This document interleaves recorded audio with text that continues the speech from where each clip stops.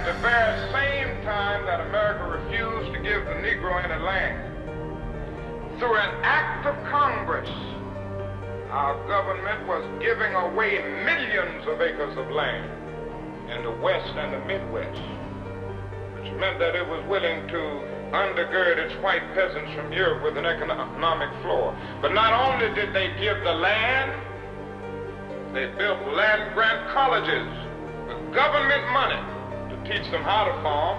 Not only that, they provided county agents to further their expertise in farming. Not only that, they provided low interest rates in order that they could mechanize their farm.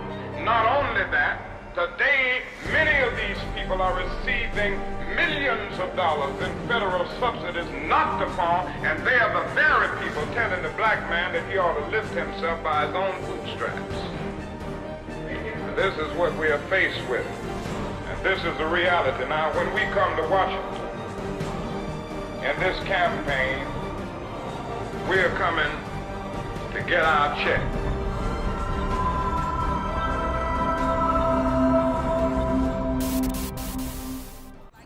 I have a dream that one day, down in Alabama, with its vicious races, with its governor having his lips dripping with the words of interposition and nullification, one day right there in Alabama, little black boys and black girls will be able to join hands with little white boys and white girls as sisters and brothers. I have a dream today.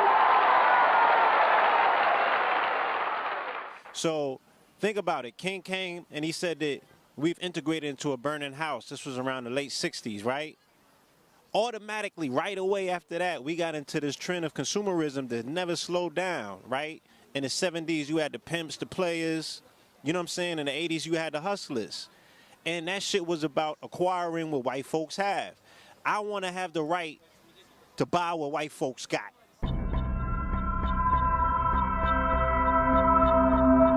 I'd like to start out with the quote by Malcolm X. He says, "You cannot integrate bananas with scattered leaves. They don't work. They're not supposed to work." Lions hang out with lions, tigers hang out with tigers, elephants hang out with elephants, giraffes with giraffes. Why would you, as the original man, want to hang out with anything other than yourself? Our spirit is different, our connection to the universe is different, and when this happens, either one of you are compromised. What integration did was reinforce the Negro mentality that the slave master instilled in us. Integration, when those doors and those channels were open for people to now do business other than how we were traditionally doing business. So your ice ain't cold enough no more. Your banks wasn't cool enough. The same way that we were on the plantations and we were the veins of this country, we have become the corporate slaves in the veins of corporate America. Nothing has changed. What power has come out of that? Every other ethnic group that comes to this country, they don't try to integrate. The only ones that try to integrate in this country is the black man and woman. To integrate means to combine to something else, you know? And people are always thinking about us integrating to the European.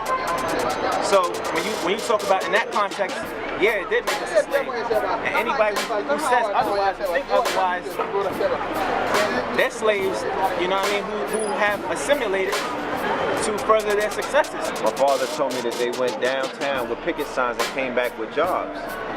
We bought lock, stock, and barrel into the integration movement because we thinking that if we can be more like white people and get more accepted by white people, mainstream society, that our life would be better.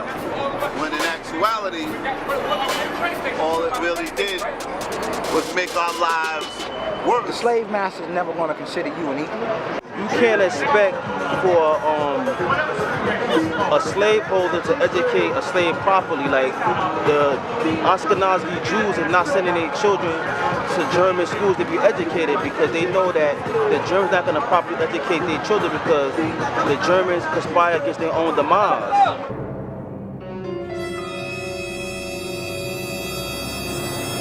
Brown versus the Board of Education, the lawyers for the NAACP, the National Association for the Advancement of Colored People, argued and won a Supreme Court decision which stated that segregation in public schools was in fact illegal.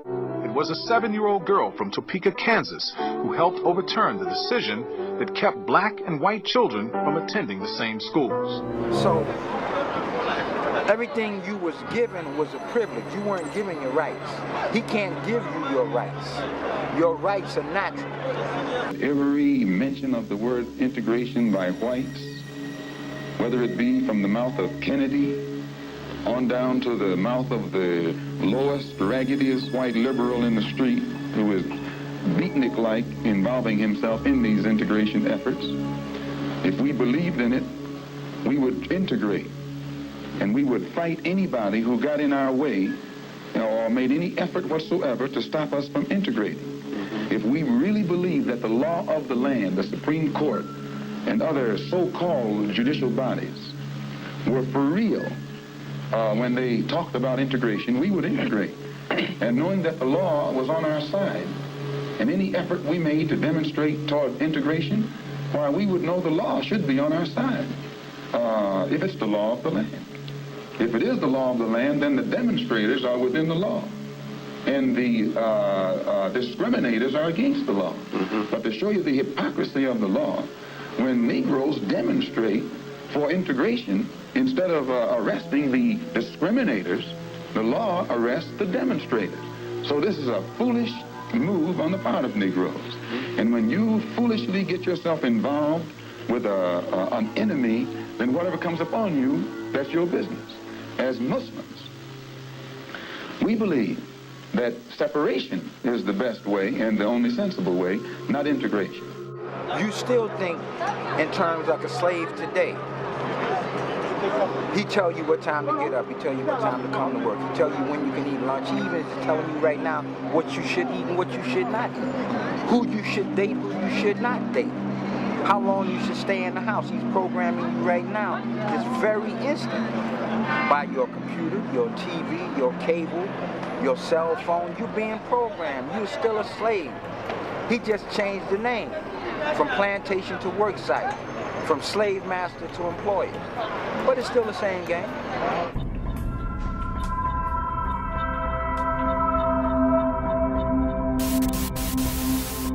Instead of allowing us to be independent socially, politically, and economically, what integration did was make us dependent socially, economically, and politically. Unfortunately, when you're in a system that is dominated by white male domination, the compromise will be enslavement on your part.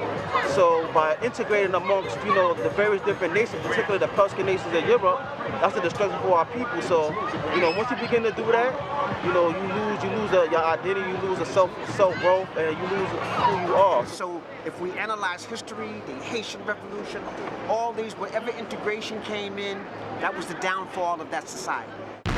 Men who are white, men who are black,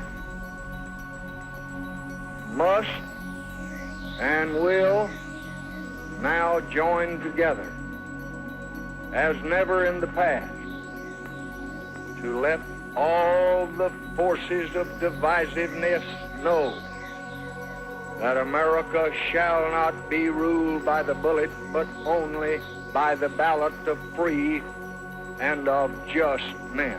Based on where we're at now, and based on where we were at that time as well, yeah, I do feel like it has definitely made us better slaves. It has completely created an illusion of inclusion.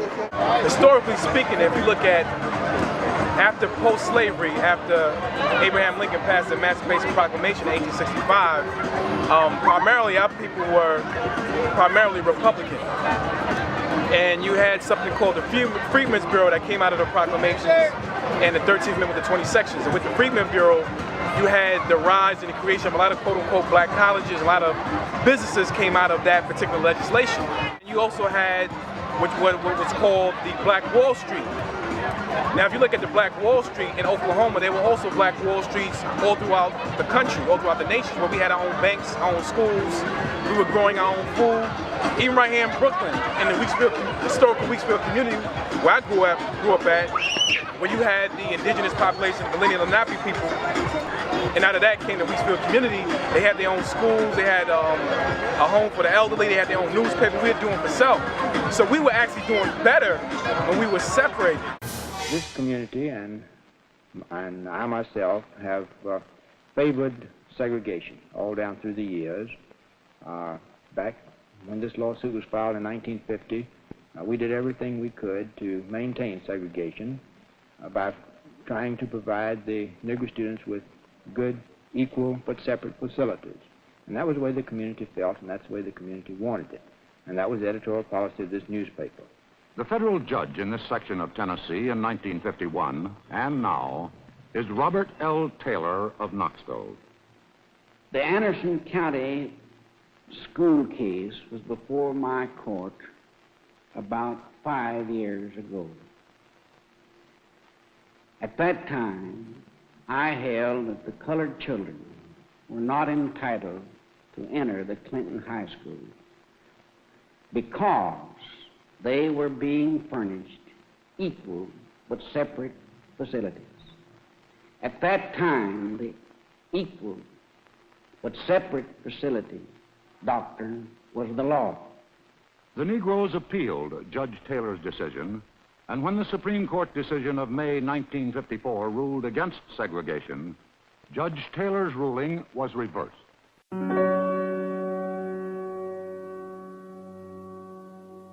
You have no control over your children since you've integrated. You have no control over yourself since you've integrated. You're less business-minded now than the slave was. When we had our own businesses, we weren't dependent on the corporate bankers. We weren't dependent on Rome for us to have peace and prosperity. We were providing jobs for our own people. The slave knew how to make his own money, make his own business, set up his own town, and franchise his own self and his own people. It took 3 years for $1 to leave Wall Street. But once integration came about, even after the bombing of the Black Wall Street in Oklahoma, we built up a lot of our cities and our businesses. But what happened was, when integration came into play, a lot of our people began to patronize in other ethnic groups' businesses. And a lot of our businesses went bankrupt. So the mentality of going to work for somebody who was hosing you down and sicking dogs on you a few weeks ago is insanity, to say the least. A lot of people talk about Tulsa and the fact that Tulsa was burnt down. You know, very rarely do they mention that Tulsa was built back up within 5 years. Within 5 years, the Tulsa resurgence happened. What sunk Tulsa was integration. Right now, look at us.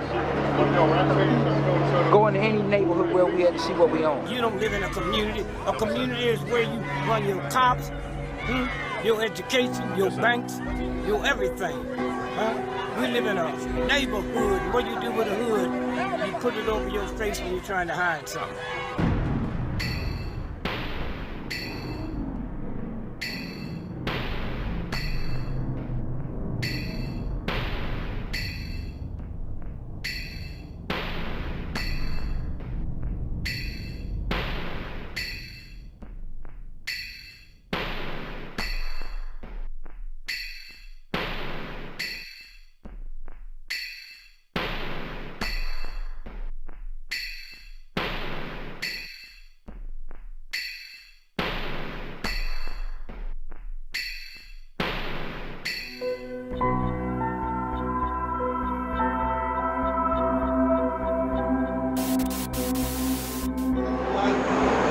Civil rights movement, integration movement, in my estimation, was a tactic by mainstream America to get control of the black dollar. We have a $1 trillion buying power currently as a nation. Our buying power is in the trillions, and as a nation, we don't own anything. I want to have the right to buy what white folks got. Was what powered the whole hustle to where we at right now. You know what I'm saying? While we here on 125th, and this is the corridor of business of the United States, of the country for that matter, of the world. It's not because they up here running to get quote-unquote shit that black people produce. It's because they want what the European has. They made it out to be segregation against integration. For me, I'm like 95%, I'd say, of the people here in Anderson County. I am against integration. Of course, we believe in Negro having equal rights, equal education, and equal facilities, but we think they should have them in their own place. Before the civil rights movement and the integration movement came about, black people were more, not totally independent, but they had an independent spirit. They were striving to build their own economics, be in control of their own economics. Once the integration movement came on, we were tricked. Before integration, we were working with each other, empowering each other financially, being able to develop and grow in ways that you cannot do without financial support. The money stayed within the community. The slave knew to change his name and get off the plantation.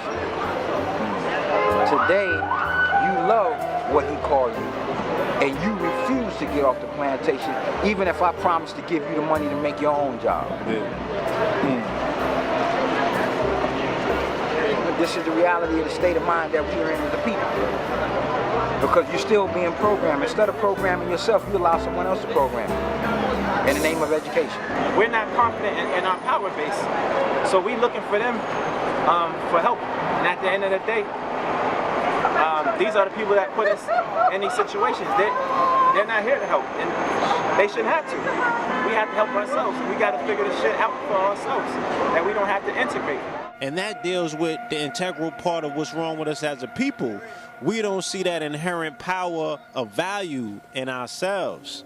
So someone is easily able to come along and be like, oh, the shit that y'all making in the hood, yeah, that's all good. Take these pennies for it. I'm gonna package it over here and I'm gonna sell it for some dollars. So that's what we're looking at. And that's what's consistent. That's what's been going on forever and a day. See, we went from creating industry and business to asking for jobs. And that was one of the problems. Now we got to fill out an application for a job. But what happened to your father owns a hardware store and then he passes that hardware store on to you? Nowadays you see that people were saying in Fort Greene and Bed-Stuy, at one time there was Italians, there were Irish, there were Polish, there were other European groups that lived in these communities. They moved out. They have their own communities now. Guess what they're doing? They're doing economic, they're doing cooperative economic, they're doing business amongst their own. Go to Greenpoint, you see the Polish. You go to different parts of Bensonhurst and Brooklyn, you see Italians doing business amongst each other. With our people in our communities, when you go to the corner store, who's in the corner store? 9 out of 10 is going to be an Arab.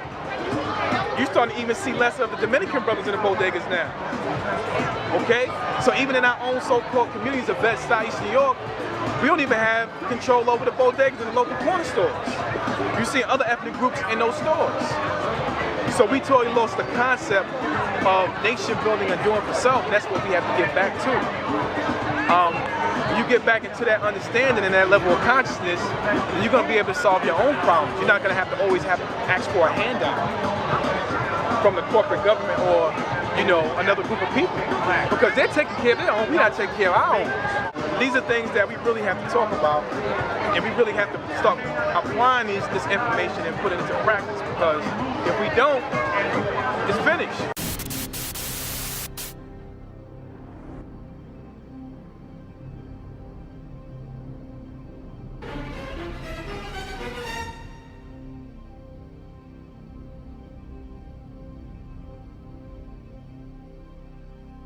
Integration in Kemet was the downfall of the Kemetic society. We as an African people, if integration works anywhere, it's because African people are in charge. Once Europeans are in charge, then that's the end. You are enslaved mentally, physically, and spiritually. And even when you go into the biblical accounts or the biblical records, you know, the children of Israel wasn't asked to stay amongst the Egyptians. They was asked to come out into their own promised land. It also talks about Babylon is fallen. Come out of her, for Babylon is fallen. And they tell you to stay with Babylon. Because we begin to stay and integrate, we begin to lose our own cultural identity because we begin to amalgamate with other cultures and then our own culture begins to disintegrate.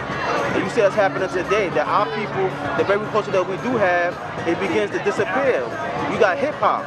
That's a culture that we developed in our own communities, and today we have no more grasp on hip-hop no more. So that alone in itself, seeing that when we develop our subculture as far as hip-hop and different things like that, we begin to lose that.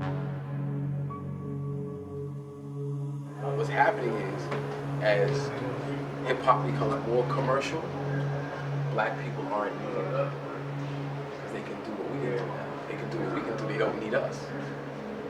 So you see Iggy Azalea, who's now the queen of rap music. That's what Forbes magazine is saying. That's what they're saying. That Iggy Azalea is the queen of hip-hop. If the queen of hip-hop looks like that, there's no room for you. Integration is not for us at all. I mean, it did not benefit us. Look around.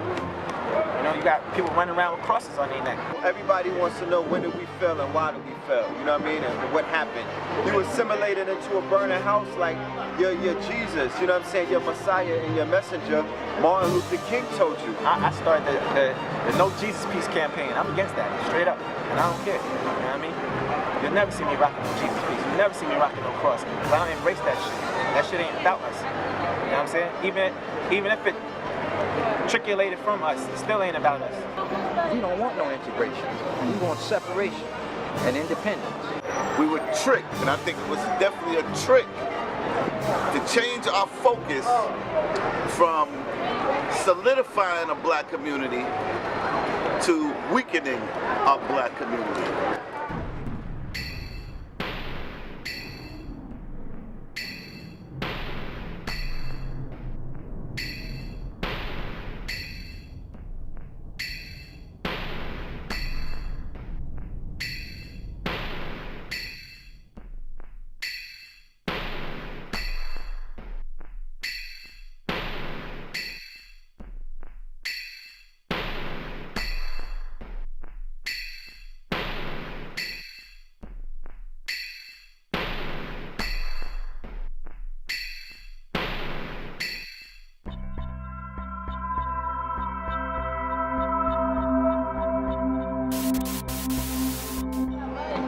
Give us some of this land for ourselves and supply us for 20 years like you're supposed to. And then after that, we on our own. But we know you ain't gonna do that. Because you know what that means. We the only ones still inventing. We the only ones still creating. We the one who built your nation and we the one who upholds your nation. So if we get away from you, you done. They still shooting us down the street? Let's get the fuck out of here. 20 million of us, let's put our resume out to the world. You don't think another country would love to have 20 million African Americans? You ain't gonna allow that. And we understand that. We're like a fucking computer coming into your country. Wealth, knowledge, talent, fucking history. We're the greatest people on earth. Americans want to fuck around and start shooting at us and shit? Cool, no problem. Keep your guns, keep your constitution. Let's go unite with God. Let's go to Ethiopia. Ethiopia's dope.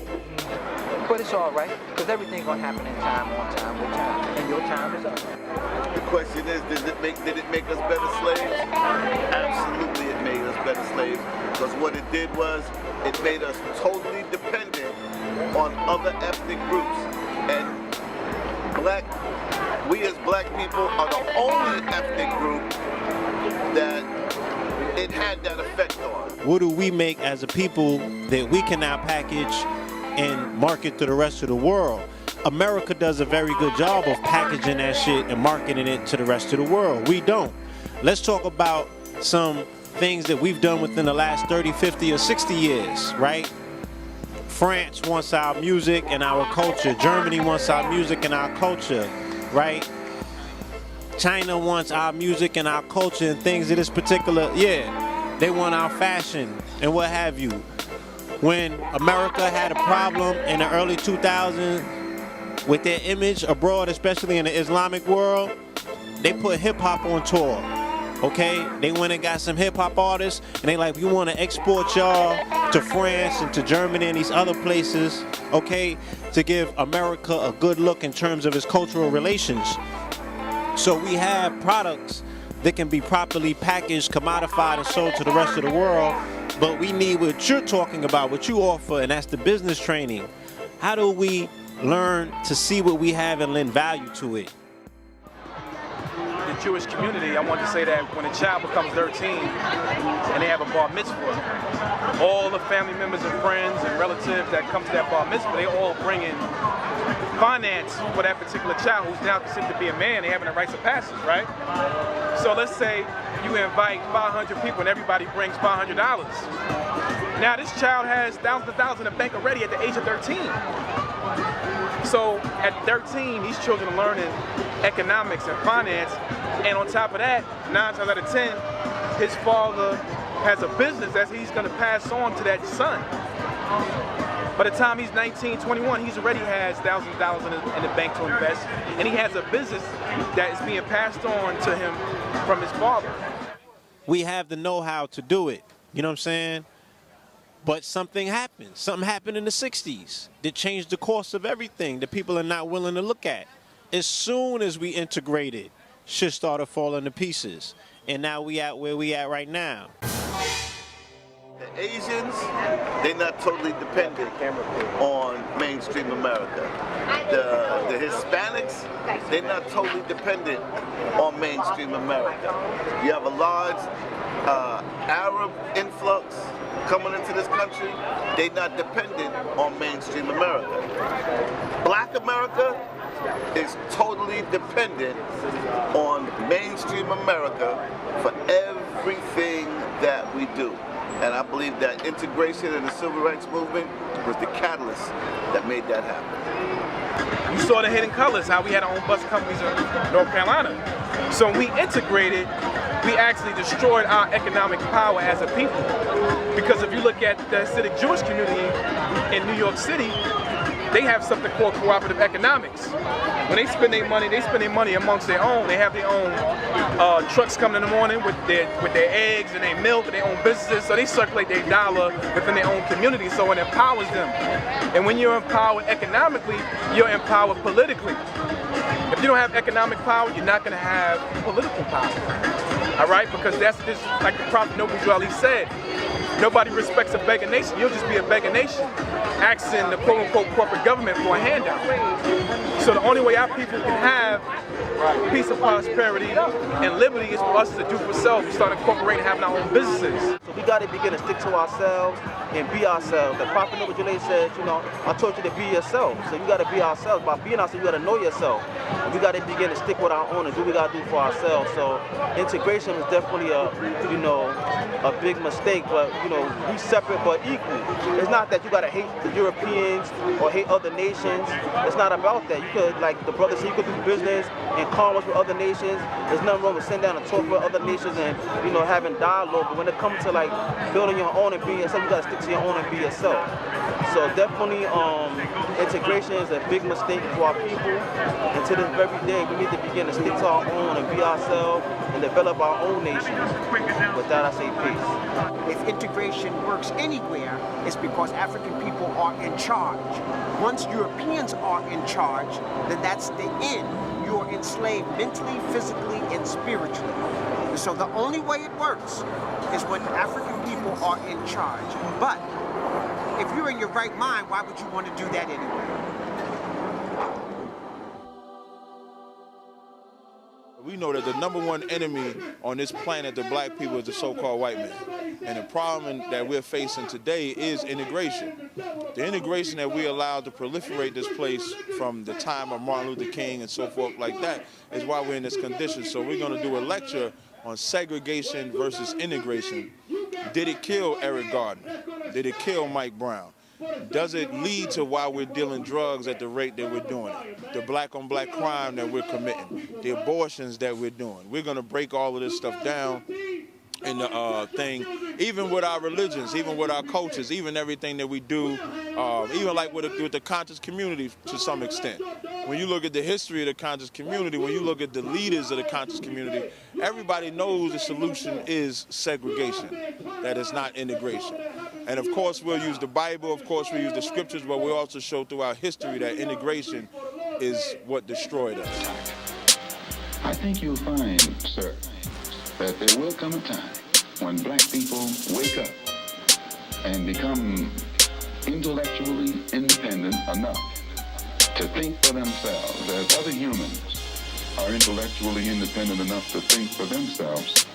Then the black man will think like a black man, and he will feel for other black people. And this new thinking and feeling will cause black people to stick together. And then at that point, you'll have a situation where when you attack one black man, you are attacking all black men.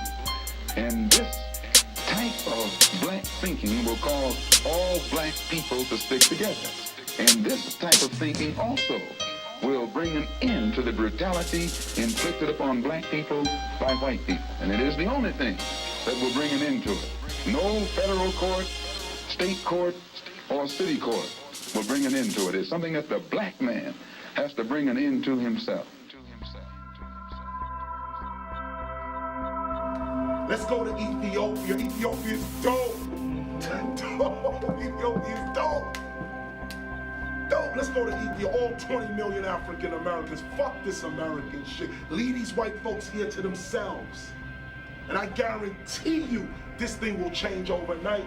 They'll be begging you to come back. Could you imagine if 20 million African Americans put a petition out to Russia and say, yo, or better yet, you know what? Okay, oh, boom. You took the word out of my mouth. You just took it, they just opened Cuba. You know I'm going. You know I'm out of here. It ain't for everybody. All the people ain't gonna make it because all the people don't want it. Many have come before us trying to get them all, and none of them have been able to. So we learn to get the ones that's coming who want it, and the ones that don't want it, leave them alone. Let them do what they do, because ain't no force in this. We ain't gonna become the oppressor of our own people.